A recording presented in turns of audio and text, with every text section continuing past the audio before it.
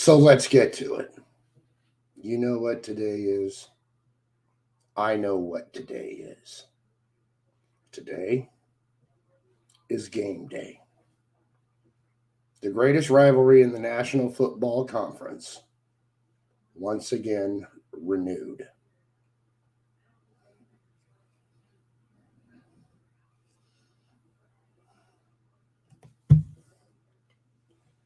Cowboy fans,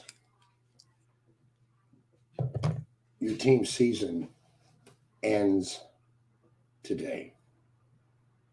All of the struggles the Cowboys have gone through will mean nothing when this game is over.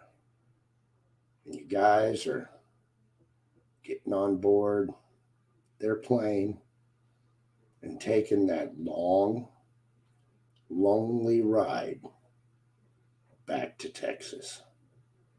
Today, Dallas, that star gets tarnished again. Cowboy fans been talking a lot. Cowboy fans never seem to shut the fuck up. Well, tonight, the world is going to experience you motherfuckers being quiet. I've been listening to your shit all week long. How you destroyed Tampa and how Dak is back. Blah, blah, blah. We destroyed Tampa too. And there are just too many things working against the Dallas Cowboys. And if you've watched ESPN or Fox Sports or any jagoff Cowboy fan on here, they'll tell you it doesn't mean anything. I'm going to tell you this. 2 days extra rest means a lot. It does. It does. And yes, I have bets with Dallas Cowboy fans. I do. Painful humiliation bets. I'm going to win too. Last year, I got this. Duke Bothers, a man personally invited by Jerry Jones to sit in his owner's box this year and watch a game.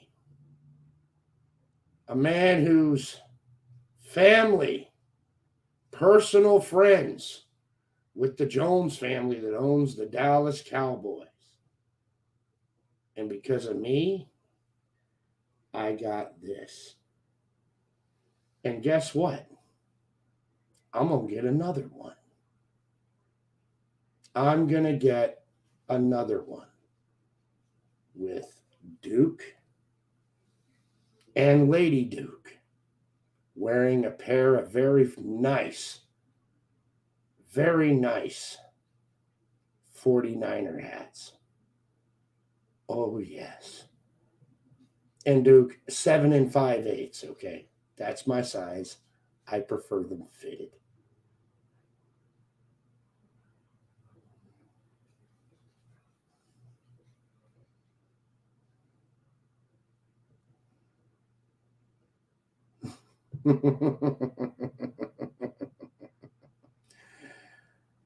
Cowboy fans, this here is a piece of one of your souls. I'm going to get more. What is this rivalry?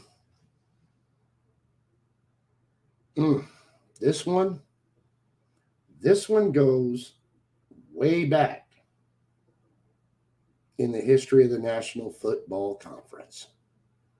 My team has won 7 NFC championships, 5 Super Bowl championships. Dallas has won 8 NFC championships and 5 Super Bowl championships. Our teams have faced each other in the very first National Football Conference championship. That's right.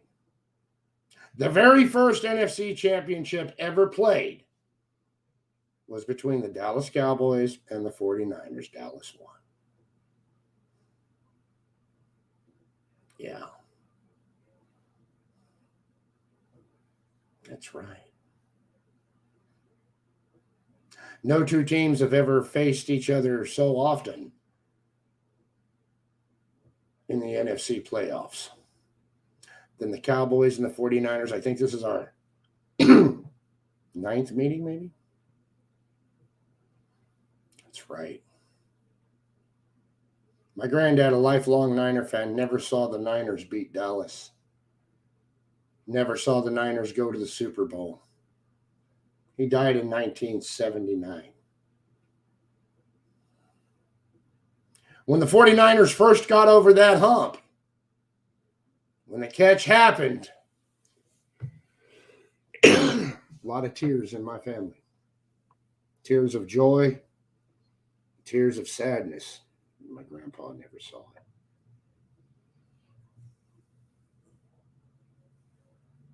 That ended Tom Landry's career. It turned Danny White into an afterthought. Eric Wright's fingertips, just as valuable as Dwight Clark's. The game means a lot. My uncle took me to that game. I was there for the catch. I was just a little kid. I was there wearing the same coat Tom Brady was wearing while he was there. Just a little boy. I remember the drive back with my uncle, driving back to Stockton. After that game, the long drive, the wait to get out of Candlestick parking lot. My uncle, so happy. Not a lot of conversation in the car. I was a little kid. I was all jazzed up. My uncle, he just smiled and he had a tear in his fucking eye. As we drove home, I remember going over the Altamont, going back home. We stopped off at my Uncle Don's. He was my granddad's brother. He recently died, by the way. My Uncle Don, my Uncle Ken were there. And the family was still fucking partying over it. Tears in everyone's eyes. Tears. And it wasn't that the 49ers had finally beaten the Dallas Cowboys. They were real happy. The tears were my grandfather, the biggest 49er fan any of them had ever known, never got to see it. So when this shit comes around, it's kind of personal. It's definitely personal to me. 49ers going to win this fucking game. The 49ers are going to win this game. See, I hear Dallas Cowboy fans talking about all the hardship they've gone through. And that piece of shit fucking Dallas coach McCarthy, he's the motherfucker that talked my organization into drafting Aaron Rodgers. No. I'm sorry. Alex Smith. instead of Aaron Rodgers, which led to more pain for my franchise. We owned McCarthy when he was in Green Bay. We own him now that he is in Dallas. And once again, for the second year straight, we are going to end. My beloved 49ers are going to end Dallas's season. I don't give a fuck about Pollard. I don't give a fuck about Prescott. I don't give a fuck about any piece of shit wearing that star on my squad's field today. They are all trash and worthless in my eyes. Anybody wearing that star today as a Cowboy fan, including a cousin of mine not far away in Florida, trash. I want tears. I want pain. And it doesn't matter if the 49ers run the Cowboys off the field or if it's a close game when my 49ers win. I don't care. Whether it's 1 point or it's 50 points a team wins by, a win is a win is a win. Dallas, you pitiful fucking Cowboy fans, understand me. Let's get this right. I hate you. I hate you. Absolutely, personally, deep down in my fucking soul, hate you today.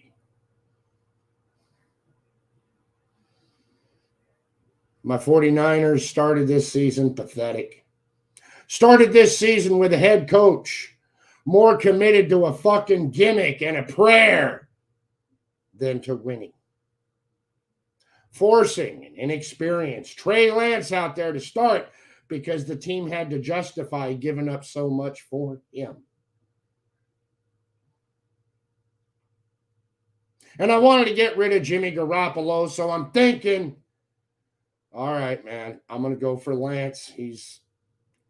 I'd rather watch him build up than watch Jimmy Garoppolo just break our hearts again.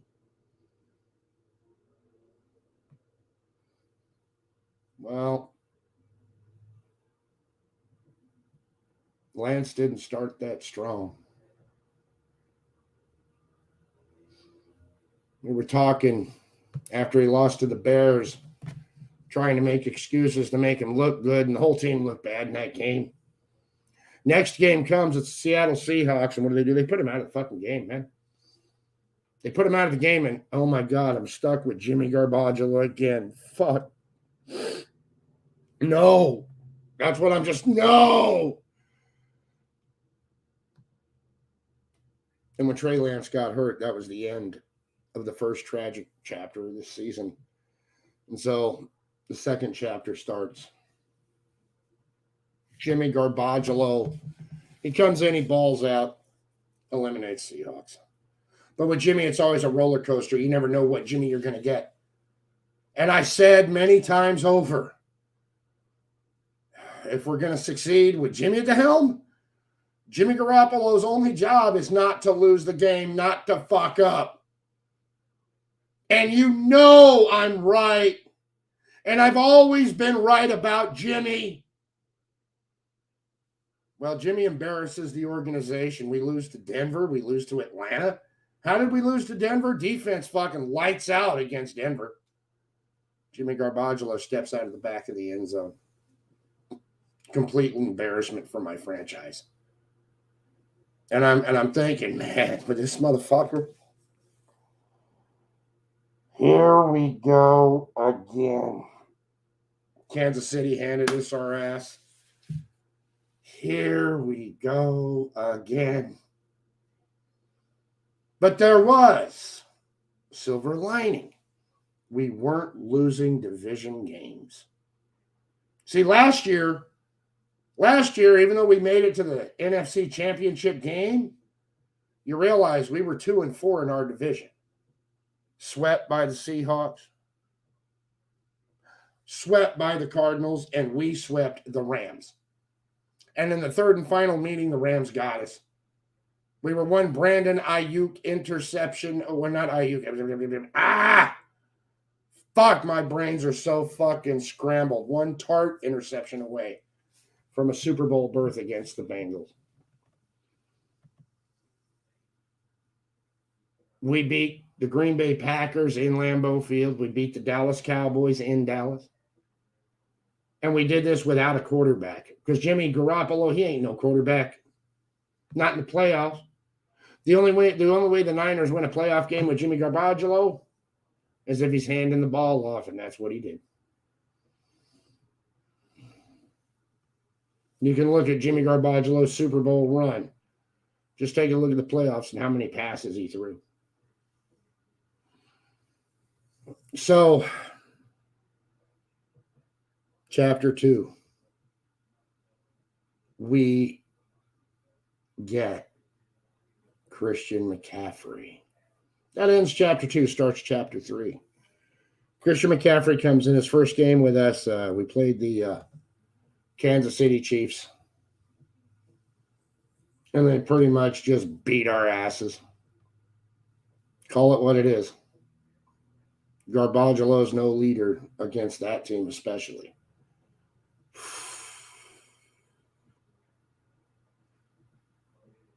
But we got McCaffrey. McCaffrey was supposed to be the big deal, the hot trade, the thing that put my organization over the top this year. And boy, he did a lot to do it. But Providence had not struck yet. Going up against the Miami Dolphins. Jimmy Garbaggio does Jimmy Garbaggio. He gets hurt. And at that point, every 49er fan in the world, not again. Not again. This Mr. Irrelevant, the very last pick in the NFL, our third string quarterback, puts his helmet on, comes out onto the field, and has the fucking game of his life. Nobody knew his name. Nobody even knew where Iowa State fucking was or that they even had a college. Nobody knew. You didn't know. I didn't know. Nobody knew. Mr. fucking Relevant out of nowhere.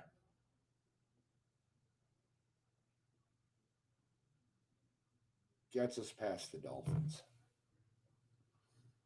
Next week, hey, Dallas, you're paying attention, right? In his first start in the NFL, Mr. Irrelevant, third-round quarterback, Brock Purdy, Iowa State, defeats the GOAT and the Tampa Bay Buccaneers and is anointed by God at this time. Just like when God, the football gods themselves, all of them, were present during the catch. And they looked down from the clouds. They saw Tom Brady there in the stands wearing his little 49er coat, and they just went. And greatness was anointed. Just like when Joe Montana came in down against the Saints in his first NFL game.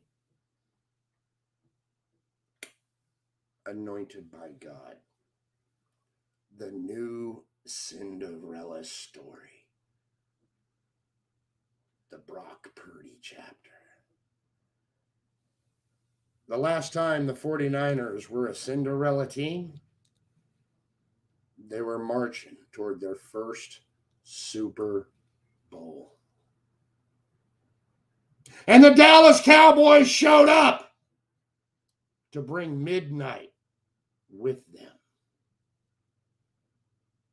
to end the dance, to end the Cinderella story. And by God, they almost did.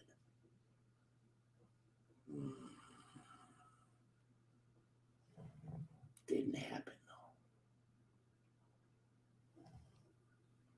Montana to Clark. But that wasn't the end if you watched the game, because Danny White was bringing him back. Oh, no. The tips of Eric Wright's fingers saved the game.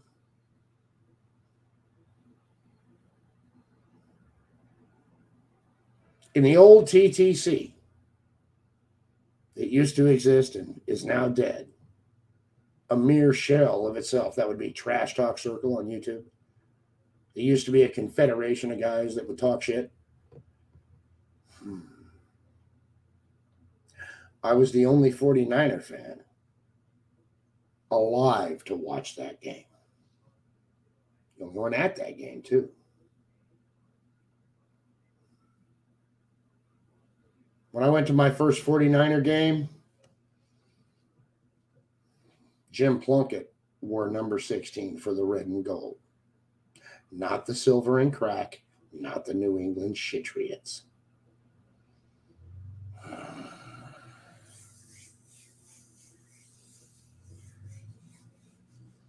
I have watched the birth of the 49er empire. And then I watched the death when Eddie DeBartolo lost the team. And I've seen 2 attempted rebirths with Super Bowl losses. But this is the Cinderella story. The second Cinderella story. Brock Purdy winning this game today will be the most important thing to happen to the National Football League in the past 30 fucking years. This is the beginning of the march to Philadelphia. The 49ers are going to win this fucking game. I want my team to blow Dallas out of the fucking water. I want this to be such a devastating loss. The Dallas Cowboy fans, that they need some serious fucking counseling.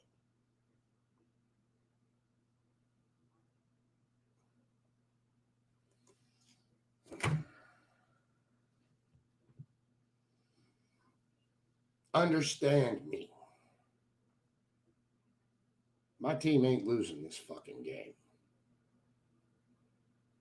Brock Purdy is anointed by the football gods. Because there's no fucking way Brock Purdy is supposed to be leading the best team in the National Football Conference into a divisional playoff game against the Dallas Cowboys. It is not supposed to be happening. When Jimmy Garoppolo went down, us Niner fans, oh, not again. It's over. And then here comes the White Knight. Mini Bosa. Brock Purdy out of nowhere. Not even out of left field. We're talking out of the fucking parking lot. Behind left field. Brock Purdy.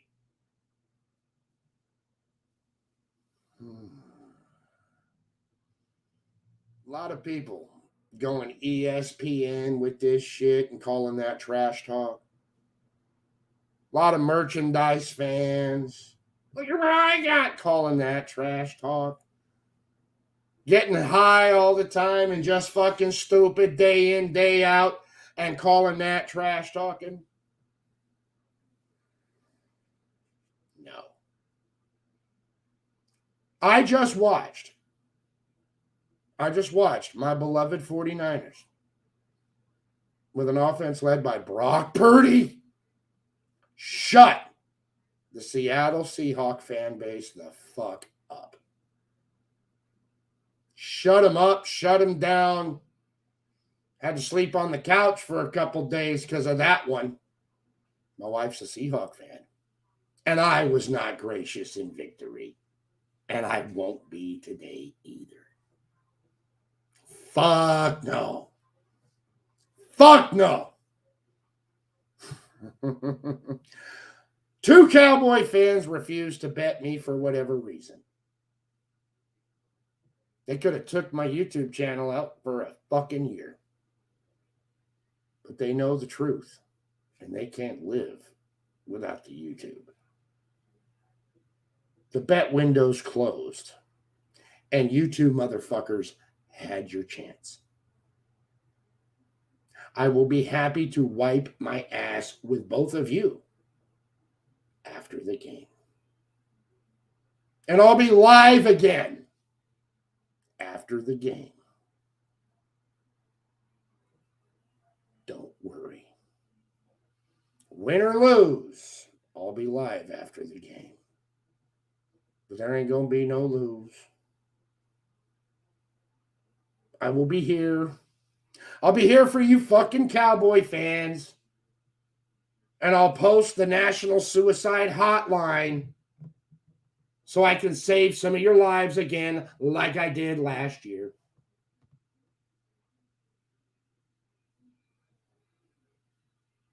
And then next week, all of you Cowboy fans will have a decision to make. Who do you hate more? The 49ers, who just ended your season for the second year straight, or the Philadelphia Eagles? Good luck with that choice, Dallas, because that's the NFC Championship you're going to get.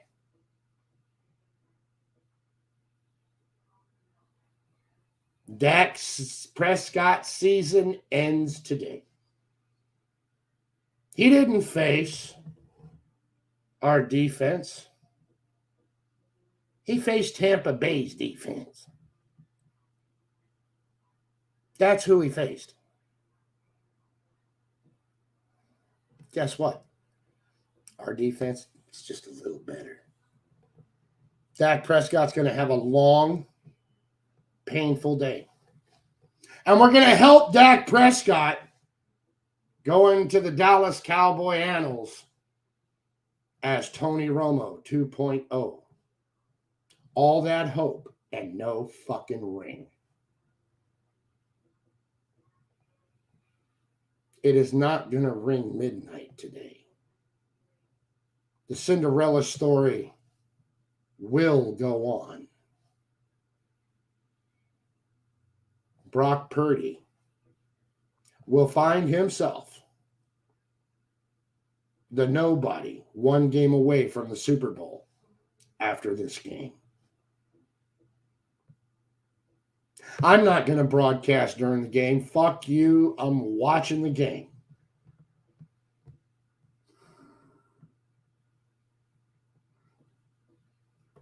And I'm going to enjoy the game. Right now, my beautiful wife is getting me some oysters, getting all the munchies ready, getting ready to watch my football team, my 49ers, advance to their 8th NFC championship. You got to win the game, of course, but it'll be the 8th one we win. My historic team. My team that was cheated because Tart couldn't catch a ball out of the Super Bowl last year. My team that was one game from the Super Bowl last year without a fucking quarterback. Without a fucking quarterback. This 49er team is a lot better than the one last year that made it to the NFC Championship game. And this Dallas team, they're the same as they were last year. Last year, we beat them in their house without a quarterback. This year, we have a quarterback anointed. The new Cinderella story. And he's going to get that win against Dallas because you know what? Maybe it's befitting that my team didn't win the last 2 Super Bowls they were in. It disgusts me, but maybe it was befitting because we did not face Dallas on the way to those 2 conference championships.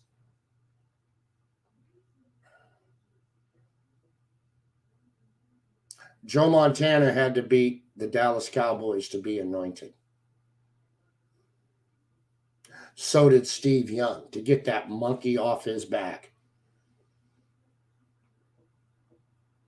And the next one in line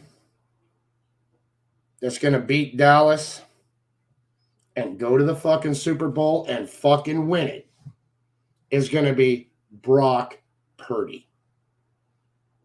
It's the ultimate NFL Cinderella story. And tonight will not be midnight. I'll see you after the game.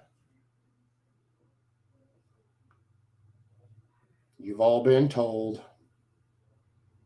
You know what's going to happen.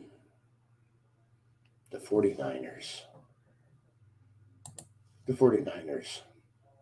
are going to win. Boom! I'm out.